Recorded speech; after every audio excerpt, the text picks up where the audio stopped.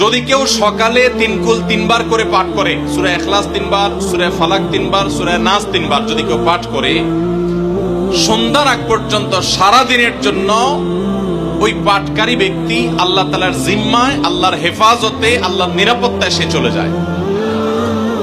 যত প্রকার অনিষ্ট আছে, ক্ষতি আছে, দৃশ্যমান ক্ষতি, অদৃশ্যমান ক্ষতি, সব ধরনের ক্ষয়ক্ষতি থেকে এবং আকস্মিক বিপদ থেকে, মুসিবত থেকে আল্লাহ রাব্বুল আলামিন ওই ব্যক্তিকে হেফাজত করেন, যে ব্যক্তি ইয়াকিনের সাথে, ঈমানের সাথে, দৃঢ়তার সাথে আল্লাহ তাআলার কাছে প্রার্থনা করে এই সূরাটা সকালে 3 বার পাঠ করে। একইভাবে যে ব্যক্তি সন্ধ্যায় পাঠ করে, মাগরিবের আগে বা পরে, আসরের পর থেকে নিয়ে মাগরিবের আগে কিংবা এশার আগ পর্যন্ত পুরো সময়ের ভিতরে যদি কেউ এই 3 কুল 3 বার পাঠ করে, তো সারা রাত জুড়ে ওই ব্যক্তি, এই পাঠকারী ব্যক্তি আল্লাহ রাব্বুল আলামিনের নিরাপত্তায় প্রবেশ করে যায়।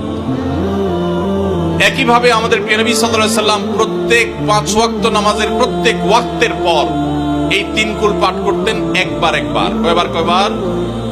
একবার সূরা ইখলাস, একবার সূরা ফালাক, আর একবার সূরা নাস। তাইলে মোট দিন এবং রাতে কয় জায়গায়, কয় টাইমে এই সূরাগুলো পাঠ করতে হয়? 3 টাইম। একটা হলো সকাল সন্ধ্যায়, আরেকটা হলো রাতে শোয়ার আগে, আরেকটা হলো 5 ওয়াক্ত নামাজের। 5 ওয়াক্ত নামাজের পরে একবার করে, একবার সূরা ইখলাস, একবার সূরা ফালাক, একবার সূরা নাস। ফজরের পরে, আবার যোহরের পরে, আবার আসরের পরে, আবার মাগরিবের পরে, আবার এশারের পরে।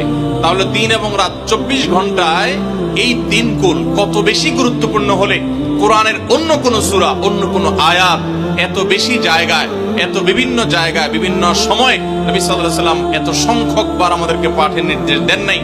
এখান থেকে বোঝা যায় এই সূরাগুলো কত গুরুত্বপূর্ণ, কত প্রয়োজনীয় এবং কত ফজিলত এবং মর্যাদাপূর্ণ।